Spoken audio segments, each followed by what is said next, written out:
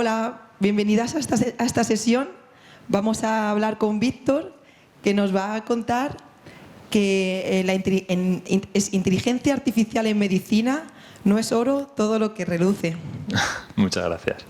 Bueno, lo primero, explicaros por qué llevo esto, porque bueno, es un poco raro ir con una camiseta así. Los que me sigáis en Twitter ya lo sabréis. Los que no, pues nada, es el equipo de Salamanca, es bueno, pues relativamente nuevo, solo tiene 9 años porque bueno, hace 9 años desapareció la Unión Deportiva Salamanca, un equipo mítico de fútbol, y unos cuantos locos nos decidimos hacer un equipo nosotros, ¿no? De fútbol popular. Y bueno, lo llevo porque primero ayer ganaron y segundo porque estoy muy orgulloso de equipos así que respetan al rival, que intentan promover que el deporte sea algo sano para todos. Y bueno, porque me gusta, ¿no? Y ya está. El breve inciso, si queréis saber un poco más, buscáis Unionistas de Salamanca y veis un poco cómo es, que a mí me parece que merece la pena de ver. Fuera, ya está, voy a la charla. Estuve pensando de qué hablar un poco porque tengo muchas cosas pues, que podría contar, proyectos interesantes, que podríamos hablar de cosas técnicas, pero me pareció interesante abrir un poco el melón de que la inteligencia artificial en medicina, aunque parece muy bonito, pues no es oro todo lo que parece.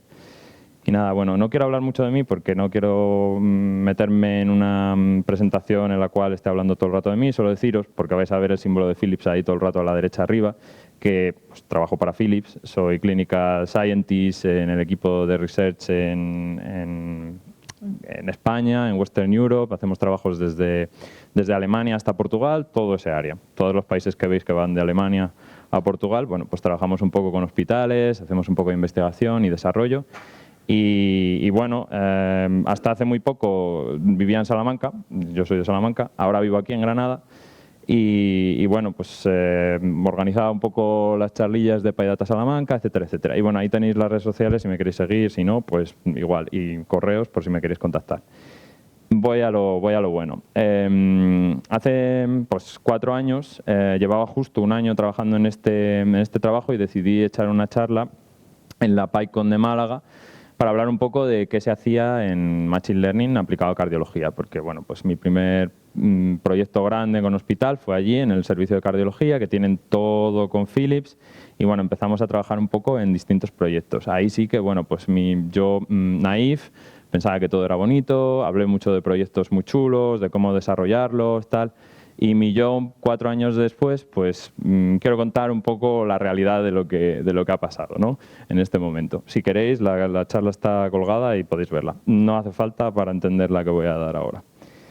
Una cosa que seguramente os ha pasado a muchos, no solo en medicina, es que veis este tipo de titulares y os quedáis un poco, pues no sé, para los que sabemos un poco del tema, suenan como a ciencia ficción y bueno, a mí me ponen un poco de los nervios que pongamos titulares como una inteligencia artificial predice los infartos mejor que un doctor.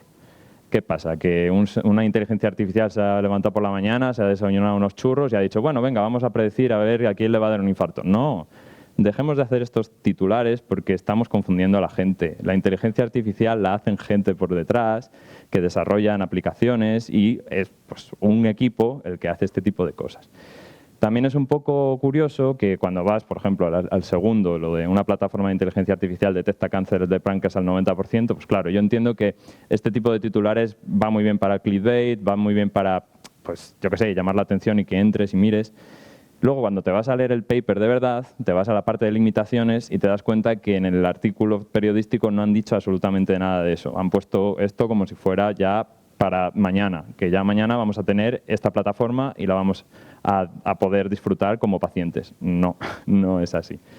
Y bueno, pues la parte del COVID voy a hablar un poco más en detalle posteriormente, pero durante la pandemia, al menos a mí, me llamaba mucho la atención todo este tipo de artículos como inteligencia artificial para detectar COVID en radiografías, tal, no sé qué, bla, bla, bla. Ok. Pero esta gente, pues sin tener un rigor muy periodístico, tampoco ve que muchos de estos artículos no tienen tampoco rigor científico. Es muy curioso porque Anbin Narayan, bueno, no lo he pronunciado bien, pero puso un tuit de un paper que escribió hace muy poco, recientemente, sobre una recopilación de revisiones bibliográficas de papers de inteligencia artificial que ponían un poco los fallos de los propios papers en metodología. Es muy gracioso porque cuando veis un poco los detalles de los tipos, la mayor parte de ellos son sobre medicina y vemos fallos tan tontos como decir, vale, pues para los que sabéis un poco de Machine Learning, sabéis que si vosotros hacéis un modelo predictivo tenéis que tener un conjunto de train, otro de test y si puedes tener una validación externa estaría guay. Bueno, pues hay un porcentaje muy grande de publicaciones científicas que no tienen ni siquiera un test. O sea que directamente ajustan el modelo con el train, sacan las cosas con el train y te dicen, aquí tengo mi modelo al 90%. Pero es que ahí no va solo el problema, sino que es que los revisores dicen, ah, bueno, esto está bien, esto está muy bien. Vamos a ver, pues como el Machine Learning y la inteligencia artificial suenan muy bien para nuestra journal, pues venga, lo publicamos. Es una vergüenza. Es una vergüenza. Y esto pasa mucho. Luego, bueno, obviamente también lo típico, que es bastante... Eso a lo mejor se podría justificar de otra manera, pero es decir, vale, pues no tenemos una validación externa lo suficientemente buena para decir que nuestro modelo generaliza lo suficientemente bien. Y bueno, ya el recopetín es la selección de variables de, pues eso, le hacemos la selección de variables sobre el mismo train y decimos, pues ya está, estas son las variables que vamos a usar. Y a veces, bueno, también lo de llamar a una regresión logística clásica, pues decir, ah, sí, tengo un algoritmo de Machine Learning. Bueno, etcétera, etcétera. Hay otro problema, y es un paper bastante interesante que escribieron hace un par de años sobre cómo construir un equipo de inteligencia artificial dentro de un hospital, y hablan precisamente de la desconexión que existe entre los que hacemos aplicaciones de inteligencia artificial con la gente que trabaja en el hospital. O cómo está un poco cada uno en su mundo. Yo llego y digo, bueno, estoy en un centro de investigación y quiero datos, me contacto con el médico, le digo, quiero datos, vale, dámelos, ok, vale, bueno, pero ¿vamos a sacar algún paper? Sí, claro, dame. Hago mi modelo, lo saco y ahí se quedó todo, ¿no? No hay ningún tipo de aplicabilidad. Sí, un paper buenísimo, pero a la hora de la verdad vamos a hacer algo con esta aplicación o se va a quedar solo en mera, no sé... Hay un poco ese problema de los algoritmos silos, que lo he hablado también un poco, que hacemos un algoritmo que va muy bien para nuestro hospital, lo publicamos en un journal, pero luego en realidad pues no sabemos si puede ser externalizable a otro tipo de hospitales, otro tipo de continentes, etcétera, etcétera. La falta de reproducibilidad es otro problema, la falta de desarrollo posterior, como digo, los datos. Eso es muy gracioso porque Javi Samo en Twitter ha hablado hace muy poco sobre este tema, de que la mayor parte de las cosas que hacemos, y me incluyo porque también hago ese tipo de investigaciones, son con datos retrospectivos. Es decir, yo no me voy a poner a hacer un estudio clínico y a intentar ir cogiendo datos en tiempo real o posteriormente porque cuesta mucho tiempo, dinero y desarrollo. Pero, sin embargo, si voy a una base de datos y busco qué enfermedad tengo, estenosis aórtica, bueno, tal, pues me cojo todos estos datos y hago una aplicación. Pues es más fácil, es más sencillo, pero claro, son todas retrospectivas, deberíamos de ver a posteriori si esto funciona o no. Y bueno, también la última, que es bastante, yo lo he visto porque he estado dentro de un departamento de cardiología y bueno, hay por aquí alguien que también puede dar fe de ello, que hay una desconexión bastante grande entre las personas que hacemos cosas técnicas con las personas que realmente están ahí trabajando con los pacientes todos los días. Estas son un poco las soluciones, ya las he ido diciendo un poco, pero bueno, podéis leerlas un poco más en detalle, pues intentar hacer datos en tiempo real, evaluación de modelos de una manera más correcta o rigurosa, validaciones externas, integración de modelos, etcétera, etcétera, ¿no? Y sobre todo, bueno, el último punto, no me voy a centrar mucho porque ha habido unas charlas fenomenales sobre sesgos, bueno, hace nada acabamos de estar hablando de ello, y equidad, transparencia y uso ético de los datos, ¿no? Y quiero hablar de una cosa que he mencionado antes, pero a mí me hizo mucha gracia porque también he vivido esto. Las prisas por llegar los primeros. Llega el COVID y vale, hay como un momento de, venga, vamos a intentar hacer algo para intentar ayudar a los médicos. Venga, vamos a, desde nuestro conocimiento como técnicos de aplicación de inteligencia artificial, tenemos que hacer algo para ayudarles. Vale, guay. O sea, hasta ahí todo perfecto. Más de 2.000 publicaciones, solo en 2020. Esto es un paper que está escrito analizando cada una de ellas. Todas centradas en vamos a predecir COVID. Ok, vale, perfecto. Ninguna de ellas, de las 2.000, es aprovechable clínicamente. ¿Por qué? por esa desconexión que hay entre médicos y personas que se ponen a decir que su nuevo modelo tiene un 96% de efectividad. Genial, guay. Lo subo un poquito más, perfecto, pero no está bien. Un montón de defectos metodológicos que ahora comentaremos y sesgos subyacentes. Algunos de los errores comunes de estas publicaciones, que además eran bastante repetidos. Los datasets abiertos están muy igual para las competiciones, para hacer benchmarking, para lo que vosotros queráis, es genial. Pero la mayor parte lo que pasa es que al final se sobreajustan a este tipo de modelos, es tan genial para ellos, pero luego en realidad pues no sirven. Otro de los problemas es el formato. Nosotros, en imagen médica, si sabéis un poco, usamos DICOM, no usamos JPEG. JPEG está muy bien pues, para reducir el dataset y que lo podamos tener, pero si tú no usas el formato que realmente va a tener que aplicar en el hospital la persona, ¿de qué te sirve tener un modelo de JPEG? Otra más, la desconexión total con la práctica clínica. Yo lo entiendo que durante la pandemia no había tiempo para hablar con doctores, pero es muy gracioso que la mayor parte de los modelos que se hicieron sobre todo con vistas en rayos X que no usan los médicos, que no van a usar. Entonces, ¿de qué te sirve un modelo de una vista que no usa nadie? Vale. ¿Cómo se soluciona esto? Hay un montón de guías de buenas prácticas. De hecho, en la charla de Nerea del otro día habló un poco de ellas. Que básicamente son checklists de cosas que deberíamos de hacer con rigor científico para, digamos, tener una publicación un poco mejor hecha.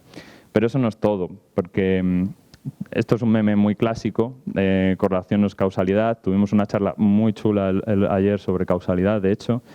Pero que es muy típico. O sea, yo veo aquí que hay COVID, entonces pues ya está, ahí está el COVID y ahí tienes tu modelo. Pero no te digo ni por qué, ni cuándo, ni nada. ¿Cuáles son las soluciones? Hay una charla justo ahora mismo, paralela, de BEA, sobre interpretabilidad y explicabilidad, que estaría muy bien que pudierais asistir, pero obviamente habéis elegido venir a mí. No sé por qué. Y luego, bueno, los modelos causales de los que he hablado, que ya se habló el otro día, y un poco de incertidumbre. Para incertidumbre he hecho esta imagen con DALE 2, un poco de un robot que dice I don't know. Eso para mí es lo básico. O sea, hay modelos de incertidumbre súper complejos, pero para mí lo básico es que una aplicación diga no sé qué leches hay aquí. Ya está, perdón por las palabrotas. Y luego una pequeña publicidad al podcast de Flusions, que tienen un episodio muy chulo de incertidumbre, que aquí el amigo Mike lo comenta. Y si queréis aprender un poco más, está muy guay y bueno, pues yo qué sé. Hablando de imágenes ficticias. Este investigador, Walter Hugo, que es buenísimo en lo suyo, ha utilizado Stable Diffusion para crear un dataset de imágenes ficticias de imágenes de resonancia magnética del cerebro. Está muy bien, pero yo lo que siempre digo con estos nuevos modelos es que está genial que la gente los haga, pero cuidado cuando los uséis. Yo preferiría usar datos reales. Entonces, caution, use at your own risk.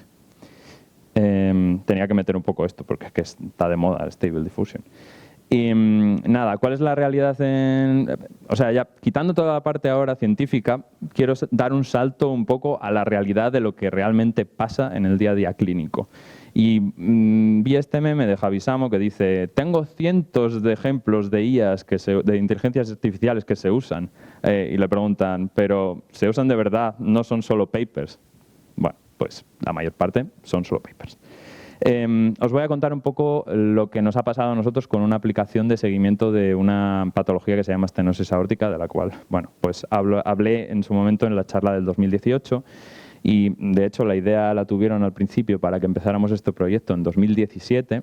En 2018 ya teníamos los primeros resultados un poco bien, conseguimos una validación externa con otro hospital, que sufrimos un poco para conseguirla, pero demostramos que funcionaba. Philips decidió que valía intentar hacer una patente, la patente sale en 2020, en 2021 empezamos una validación clínica posterior, en 2022 sacamos un paper, de 2017 a 2022 han pasado 5 años. Ningún paciente ha usado esa aplicación todavía. Y lo más gracioso es que a lo mejor nunca la usen.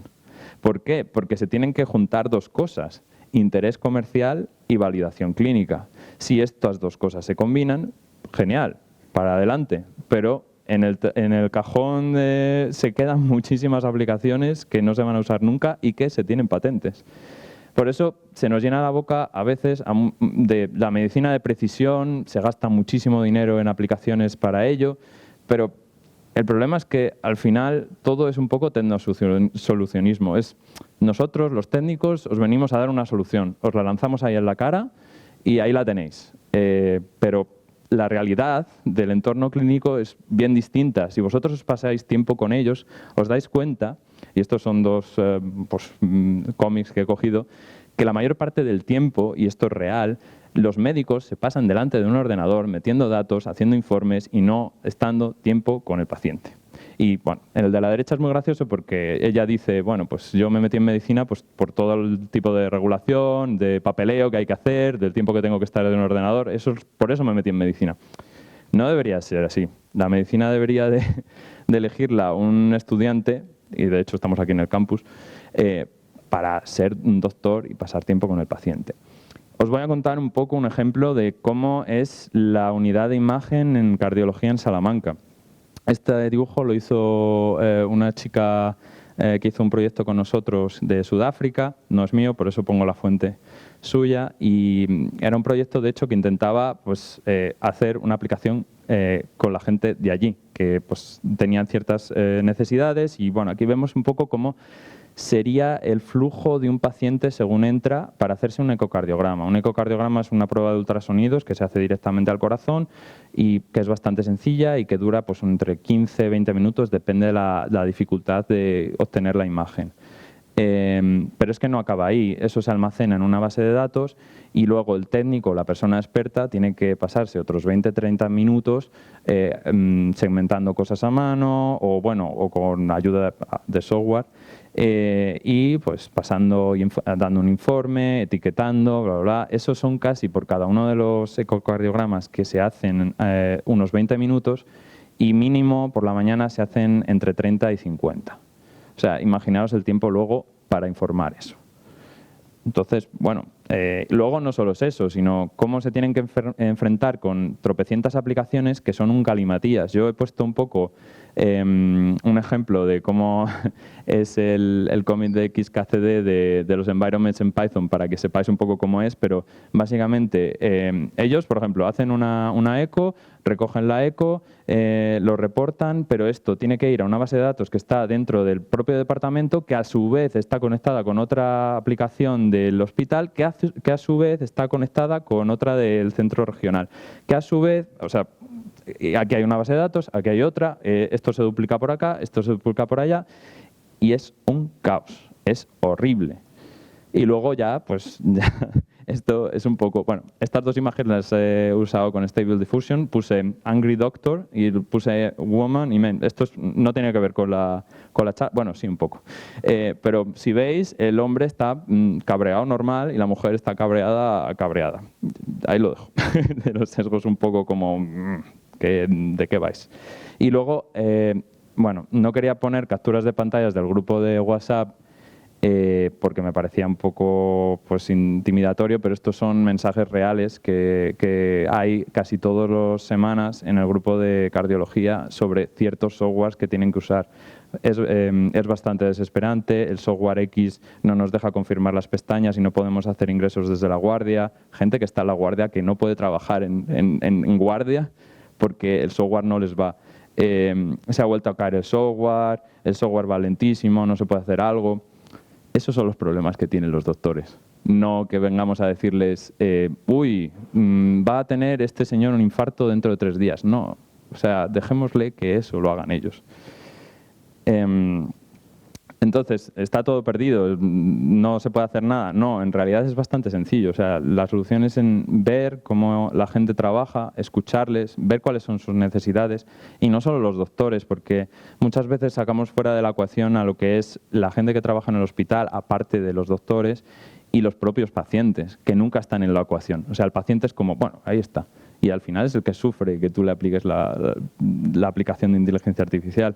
Entonces, yo recomiendo para todo intentar desarrollarlo con ellos, no sin ellos y diciendo aquí lo tenéis y aquí os dejo esto que es muy bonito pero que no sabéis ni cómo usarlo. Pequeños ejemplos. No es por ponerme medallas, podría hablar también de desastres. De hecho, luego si queréis hablamos de desastres que nos han sucedido. Tienen, por ejemplo, una manera o sea, lo que estaba hablando antes de etiquetar ciertos informes que hacen sobre ecocardiografía, que es muy desesperante porque tienen que ir por códigos, tienen que buscarlo, tal. Y nos pidieron si no podíamos hacer algo muy sencillo con los reportes que ellos sí escriben, porque les gusta escribirlos, los escriben, para que se sugirieran etiquetas. Entonces, pues sin una inteligencia artificial súper grande, sin un NLP brutal, sino con muchas expresiones regulares y un poquito de lógica, hicimos una pequeña aplicación que lo que les va dando es pues guías para decir, oye, mira, ¿te gustaría que esta etiqueta salga? Elige esta, no, tal. Luego, obviamente, pues hicimos una manera de que todo esto sea un aprendizaje activo y tal. Luego, otros pequeños ejemplos, el que he hablado antes, de intentar ayudarles a segmentar ciertas partes de los ecocardiogramas, que, digamos, ¿por qué hablo siempre de eco? Porque normalmente la reso y el TAC están más protocolizados y no tienen esa dificultad de tener una segmentación automática. Sin embargo, los ecocardiogramas que vemos aquí a la izquierda y las coronografías que vemos ahí a la derecha sí que tienen un poco más de dificultad de segmentación o de poder ver. Por ejemplo, en el de la derecha podemos ver cuando se le hace a alguien, se le va a hacer un catéter, si está más estrecho o no, pues hacer una segmentación automática y darles un poco de guía. Nunca sustituir al doctor. Nunca. Esto lo único que tiene que servir es para ayudarles, para hacerles la vida más fácil y que en el tiempo que tienen que pasar en el ordenador, porque van a tener que pasarlo, sea el mínimo posible. ¿Cómo implementarlo? He hablado antes de cómo era el proceso de tedioso para que esas aplicaciones llegaran a que ellos la puedan usar. Nosotros lo que hemos hecho en Salamanca es crear un nodo de desarrollo en el cual podemos meter estas aplicaciones, las pueden utilizar, pero y tienen cierta comunicación con las otras aplicaciones de Galimatías que he hablado anteriormente. Siempre desde una manera de investigación y para que ellos lo puedan usar en momentos determinados si quieren, nunca obligándoles a hacerlo. Y bueno, he ido súper rápido al final. Dos conclusiones, hice estos dos memes. El de la izquierda dice, tenemos que meter algo de inteligencia artificial en el proyecto, si no, no lo venderemos. Y uno dice, Transformers, Stable Diffusion, bueno, quizás no hace falta, y lo tiran por la ventana. Pues a lo mejor no hace falta meter inteligencia artificial a todo. Y el otro es, mira, este sistema funciona, ¿por qué no metemos inteligencia artificial? ¡Pum! ¡Oh! Uy, ¿qué podía pasar? Se ha jorobado todo. Pues ese es un poco el mensaje. Ya sé, fíjate que me estoy tirando piedras contra mi propio tejado, pero porque yo trabajo en esto. Pero hagamos las cosas con cabeza, escuchemos a la gente y no pensemos que nosotros sabemos más que nadie. El otro día, en una charla, escuché, y esto no es una crítica, esto solo es una crítica constructiva, que las redes neuronales imitan el cerebro humano. No, por favor, dejemos eso ya. Es horrible. No podemos imitar algo que no entendemos todavía. Ni los propios neurocientíficos saben exactamente cómo funciona el cerebro perfectamente, como nosotros, que hacemos código, vamos a saber mejor que ellos cómo funciona el cerebro. Así que nada, bueno, eso es todo y pues que espero que os haya gustado. Gracias.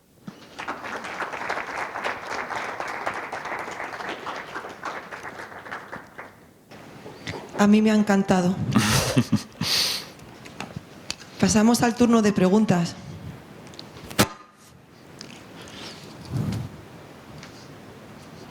Hay una pregunta, voy con el micro.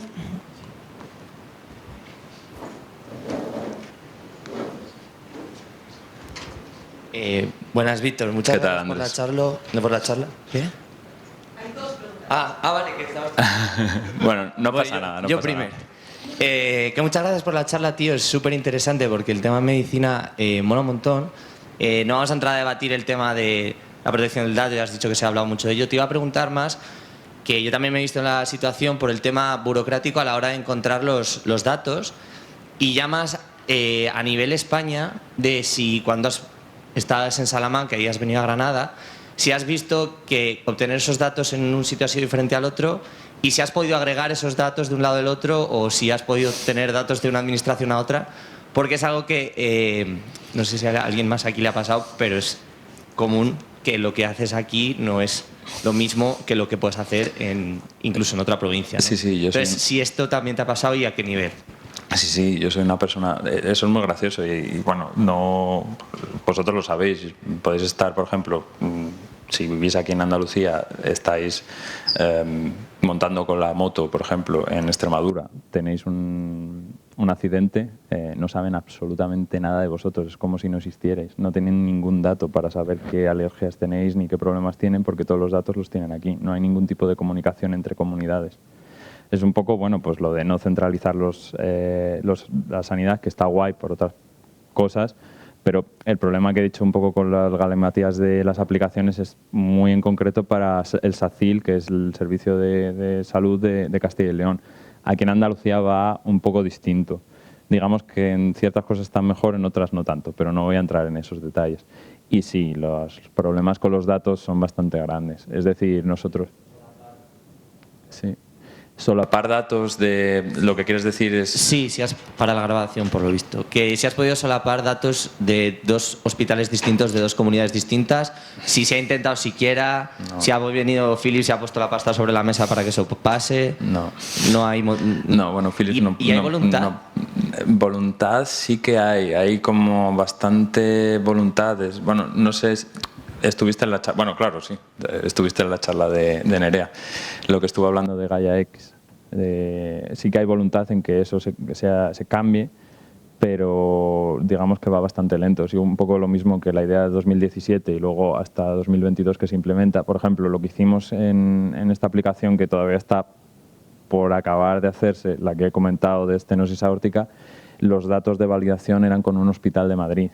Sin embargo, para hacerlo lo hemos hecho, no es un modelo federado porque no lo es, pero ha sido de esa manera. Es decir, allí teníamos gente que sabía más o menos cómo utilizar el modelo que le estábamos dando y ellos lo han aplicado allí directamente. Nosotros no hemos tocado nunca los datos de Madrid porque no teníamos derecho. Y bueno, también porque yo puedo tocar datos de Salamanca porque tenemos un acuerdo científico, o sea, firmado entre ambas partes que pues Philips puede tocar esos datos, pero en realidad es muy complicado, es muy difícil. Es otro de los temas que hablé en la charla del 2018 y en esta no, no me he metido tanto, pero sí. O sea, es jorobado. Gracias, Andrés. ¿Tenemos otra pregunta? Sí, es que si se apaga este micro se apaga el otro también.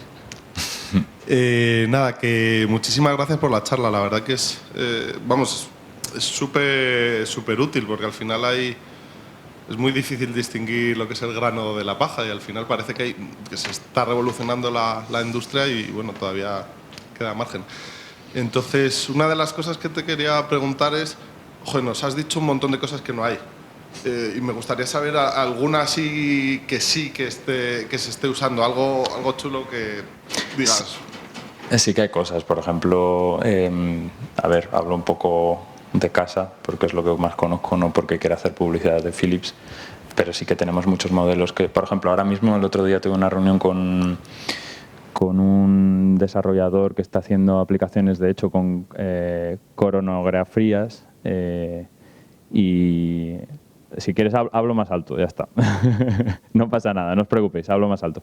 Estaba haciendo como lo que estaba hablando antes de la segmentación de coronarias para que se vea un poco dónde están las partes estenosadas y ver un poco también cómo se inflan los balones de stent. No sé cuánto familiarizados estáis, pero al final todos conocemos a alguien que le han puesto un stent porque es algo muy típico. Y eso sí que se está desarrollando y se va a sacar bastante rápido porque hay mucha voluntad. Es lo que decía antes, cuando hay interés clínico e interés pues, de comercial, las cosas salen mucho más rápido.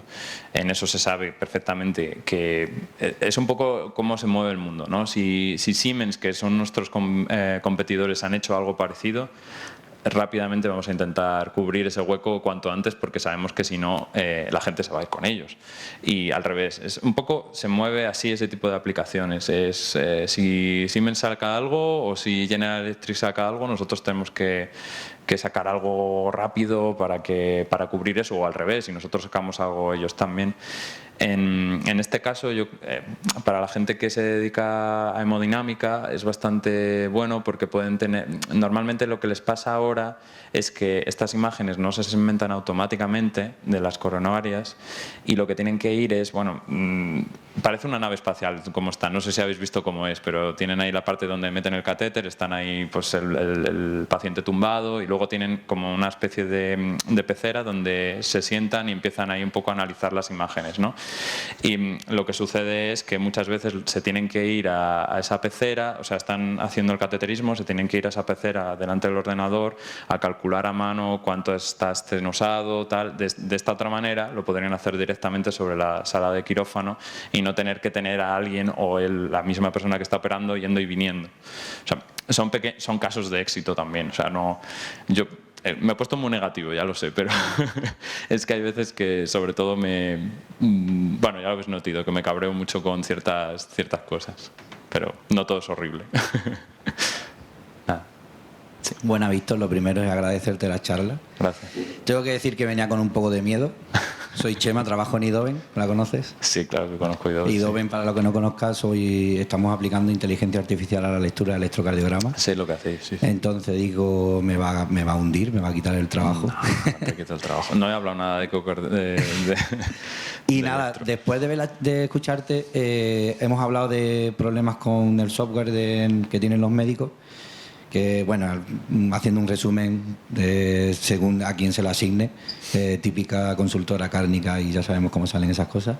Por otro lado, hemos hablado de los problemas que tenemos para obtener datos de la Junta de Andalucía con la de... En fin, eso es problema de ley de protección de datos. He trabajado en otras empresas que nos encargamos de trabajar con los datos. Entonces hemos hablado de problemas, pero fuera de la IA.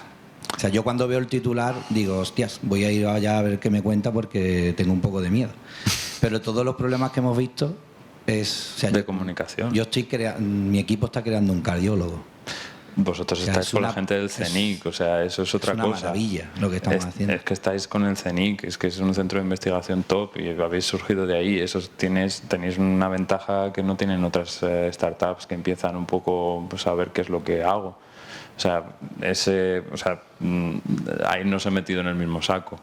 Es totalmente distinto, pero yo quería un poco tocar cosas que, pues no sé, que están un poco fuera también de la parte técnica, ¿no? He hablado un poco al principio de las partes que se hacen mal, sobre todo en publicaciones, y que me sacan un poco de los nervios, y también pues de gente que es un poco vendehumos. Y yo no digo que todos seamos horribles, o sea, de hecho te lo acabo de decir, que con esta charla me estoy tirando un poco piedras sobre el propio tejado, porque yo trabajo para esto. Entonces, pues también es un poco atacarme a mí mismo, ¿no? Pero sí que es cierto que hay veces que hacemos cosas mal y lo que yo quería hablar, y ya no solo con medicina, sino con cualquier disciplina, que hay que ser autocríticos, es decir, no vale solo con meter los datos no digo que todos lo hagan, en meter los datos en la máquina y ver lo que sale y ya dárselo, sino que hay que intentar, bueno, ver un poco la parte más de qué le pasa al paciente, ¿no? ¿Qué le pasa al médico? ¿Qué le pasa, yo qué sé, al técnico que tiene que utilizar esa aplicación? Y comentaba también por el tema de lo que ha dicho el compañero, si en algún momento que se usa a día de hoy. Sí. Estoy totalmente contigo, la desconexión que hay entre la parte técnica /científica con la parte médica, o sea, que es muy difícil trabajar con ellos y acercarse a ellos, pero bueno. A ver, es cierto que no he criticado mucho a los médicos, pero sí, también tienen parte de culpa, no solo somos nosotros, eso es verdad, sí, te doy la razón. Yo he tenido la suerte de estar sí, perdón, otra vez, sí, perdona, sí. Bueno, también quería agradecerte, Víctor, muy buena charla, la verdad, muy buenos detalles. Gracias. Te quería preguntar desde tu perspectiva, tal vez esta pregunta es un poco, tal vez tu experiencia va un poco más por cómo es el trabajo en empresas grandes, establecidas, con un nombre y mucho capital, pero en mi caso yo estoy trabajando en una startup que estamos buscando sacar al mercado un dispositivo médico acá en la Unión Europea y... tal vez si tenías algunos consejos o algunos tips que puedas darte o qué cosas evitar desde tu perspectiva, ¿no? Que puedan servir para ayudarnos a tener éxito en esto. Pues creo que te lo comenté ayer, de hecho, un poco, que hablamos un poco de este tema. La verdad es que yo estoy súper desconectado de IP y de toda la parte legal. Como dices tú, es una empresa súper grande, tenemos un equipo que se encarga de todo eso y la verdad es que tenemos, es horrible porque la comunicación que tenemos con ellos es mínima. Es dime lo que hace esta aplicación y ya me encargo yo de toda la parte legal para ver cómo utilizarla, para conseguir la patente a nivel mundial, europeo, etcétera, etcétera, y toda la validación. Entonces por ahí la verdad es que no me has pillado, pero no te puedo ayudar mucho. Yo te daría los tips que he dado ahora. Pero eso no garantiza que obviamente luego salgan las cosas bien. Vale, no hay problema. Bueno, gracias. Nada, a ti. Tenemos otra pregunta.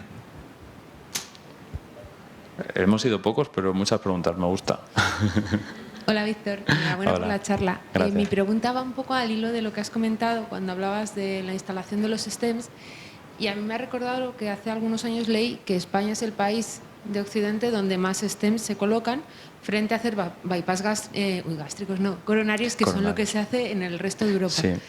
Entonces, ¿en algún momento alguien ha pensado o tú crees que podría resultar útil hacer un modelo predictivo o un modelo de inteligencia artificial que te diga por qué eso pasa o qué paciente sería más apto para un bypass o para un STEM? Simplemente como coayuda, ¿no? Sí, es que además lo que te voy a contar te va a hacer mucha gracia, pero yo estaba en las reuniones de por la mañana porque o sea, ellos tienen reuniones clínicas por la mañana y te discuten precisamente eso, o sea, se llama Heart Team, ¿no? Es el equipo de corazón, ¿no? Entonces vienen por una parte las personas que realizan bypass y los hemodinamistas, o sea, cirujanos y hemodinamistas. Se sientan. En Salamanca es muy gracioso porque también tratamos a gente, bueno, yo no trato a nadie, se trata a gente de Zamora y Ávila. Entonces se van exponiendo casos y vas viendo una cosa muy graciosa. Esto es un poco, bueno, que cuando el cirujano ve que el bypass va a ser más fácil, él sabe que va a obtener éxito con esa intervención y se lo pide. Para mí, porque quiere subir los porcentajes de éxito en cirugía. Y por el otro lado está el hemodinamista que dice, joder, pero si esto es una tontería, le meto el catéter y ya está. Y empiezan a discutir. Y al revés, cuando el caso es muy jorobado, dicen, no, para mí no, lo haces tú con el catéter. No, pero eso es mejor el bypass. No. Entonces, ahí hay un sesgo brutal y sí que se ha intentado hacer porque había veces muchas, no con este caso, pero sí con el TAVI, que no sé si sabes lo que es un reemplazamiento de la válvula aórtica directamente por catéter. Entonces se puede hacer cirugía o TAVI, que es pues te inyectan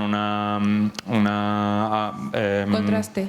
No contraste, te inyectan contraste también, pero eso antes para verlo, pero lo que te inyectan es una válvula digamos ficticia que te va a durar 4 o 5 años, pero va a hacer que la aorta, la válvula abra bien y cierre.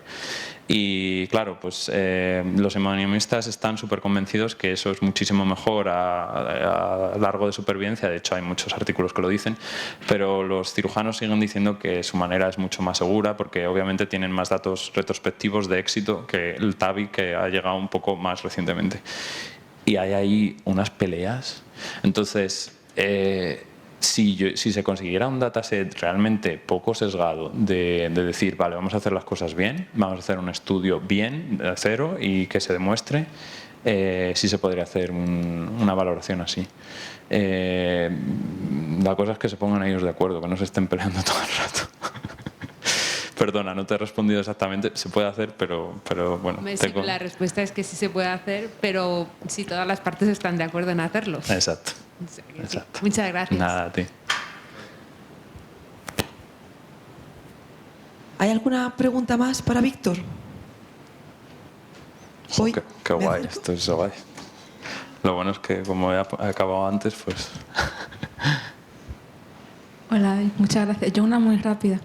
Las revistas estas journals que aceptaban sin revisar bien los artículos sobre este tema, solo porque eran de ese tema, eran revistas así, pues vamos a decir, normalillas o Tenían públicas, cierto pues, impacto, ¿eh? Sí. Había algunas que tenían impacto. El tema es que muchas de ellas, y es uno de los problemas que hay, que tú sabes cómo va esto con lo de las revistas, que hay cierto impacto que sí que están, o sea, tú puedes publicar en una revista clínica y a lo mejor lo que tienen ellos, y eso te lo dicen ellos mismos. Aquí, por ejemplo, la revista de cardiología, ya que nos empiezan a llamar para revisar este tipo de artículos porque no conocían a nadie que hiciera nada de Machine Learning en español con cardiología.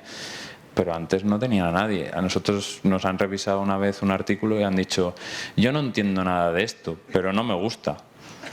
Y esa fue la respuesta del revisor. Y dices, pues vale. Y el problema es que no encuentran mucha gente y en el caso de estas sí que eran Q1, pero más en tema de medicina, no de inteligencia artificial en sí. Claro, si tú vas con un revisor que sabe y ve que tienes un train y un test sin separar, pues te va a decir que te vayas a tu casa, no te lo va a publicar. El problema es encontrar, es que ya entramos en otro melón de encontrar revisores que hagan ese trabajo y que se dediquen ese tiempo para, por lo menos, o sea, he criticado a los revisores, pero todos sabemos que que no se paga las revisiones, que es estoy ahí que yo no sé si me van a echar del trabajo de todas las cosas que estoy diciendo. Pero no sé, pero sí, la respuesta es que sí. Sí había Q1s y D1s. Hola. Hola, ¿Qué muchas tal? gracias, Víctor. Nada. Yo quería preguntar un poco sobre, no sé si recuerda, porque como veo que está en el tema de cardiología, sobre este artículo que podían predecir la muerte con pocos días o semanas, no me acuerdo, pero bastante... Sí, era sé con cuál dices. variables. ¿Ahí qué tipo de explicación podemos dar? Porque yo eso lo hablo con mi amiga cardióloga y... ¿Y eso qué no te puede- dice me ella? dice, eso no ¿Qué puede te ser, dice ella? eso no puede ser. Entonces, ¿cómo se lo explicamos? ¿Cómo podemos validar o qué tipo de explicación sería válida para el tipo de personal médico con el que trabaja? Claro, ese es el tema, que muchas veces el problema de lo que está hablando, bueno, de lo que está hablando ahora Bea, ¿no? Que hay muchos métodos de explicabilidad, de interpretabilidad, pero muchas veces cuando lo hemos hecho nosotros también, se lo enseñas al cardiólogo y hay veces que incluso es contraproducente porque nosotros tenemos algunos muy agnósticos y otros súper positivos, es decir, en cuanto les das una explicación, sí, esto tiene todo el sentido del mundo, venga, a publicar. Y dices, pero vamos a ver, párate un poco a ver si esto tiene sentido antes de meterte en un jardín. En ese concreto, sí que sé que se han hecho algunas revisiones un poco en profundidad. No te puedo dar la cita, pero sí que se ha desmontado un poco ese mito y se ha hablado un poco de ciertos sesgos que había en el dataset. No lo sé con seguridad, porque estoy hablando de memoria, de algo que leí hace tiempo y preferiría mirarlo y contestarte mejor. Pero la explicación muchas veces o sea, es lo que digo, tú puedes tener un modelo que sea perfecto, que realmente te diga algo que es maravilloso, pero que no sepas explicar por qué. Yo, desde luego, no me metería en una sala de quirófano con algo que no sabe decirme por qué está tomando una decisión sí o no. Entonces, claro. Pero ¿y su tasa, si su tasa de acierto es 80% y la de un experto es 60%? Yo sigo pensando que prefiero el experto. Yo prefiero el experto porque el experto, ante cierta duda, va a tener un poco más de desarrollo luego posterior de por qué hace algo o no. Sin embargo, la máquina te va a decir, pues haz esto. ¿Por qué? No sé, a mí me daría un poco de miedo meterme, o sea, personalmente. Eso. Sé un poco por lo que va, porque Geoff Hinton habló un poco de esto, ¿no? De que él prefería, y yo, vamos, personalmente yo no estoy de acuerdo. Es un crack, o sea, es un crack. Científicamente es lo mejor. Pero pues por ahí yo no me sentaría en una mesa de quirófano que me vaya a operar una máquina que no sé, que me explique cómo va a hacer las cosas, ¿sabes? Pero bueno, eso es una discusión bastante chula. Podemos tenerla. Bueno, muchas gracias. Nada, a ti. Es una discusión súper chula. Hoy precisamente en la keynote ha puesto Mai un ejemplo de un modelo de aprendizaje automático súper eficiente, en plan 90%, 95%, y detectaba la marca de agua que tenía la radiografía, que ya marcaba la radiografía si tenía cáncer o no. Y era en el hombro, ni siquiera en el pulmón. Era un ejemplo que podéis ver en el vídeo en YouTube de la keynote de la PyCon 2022. Hay uno, pero esto no es de ahora. O sea, perdón, es que me estoy enrollando mucho, pero hace como 5 o 6 años, bueno, más incluso, hubo un concurso de estos de los del principio para reconocer solo un caballo en fotos. Y era la ¿Lo marca sabes? de agua, la Layer Wise Propagation. Que ponía Pferd, que, Sí, ponía, que es caballo en alemán. Pferd. Sí. Y se fijaba en eso. Qué bueno que lo menciones. Sí, sí. Layer Wise Relevant Propagation. Exacto. Ese es el método que descubrió que el Machine Learning el modelo de Machine Learning prefirió, era más fácil leer la marca de agua Claro, que detectar si había un caballo de verdad. La solución fácil. Sí, sí. ¿Alguna pregunta más? Sí. Sí. Yo la comparto, sí. No hay problema. Luego se subirá el vídeo, supongo, también. Sí. Sí. Muchísimas gracias, Víctor, y A todos un vosotros. gran aplauso, genial charla.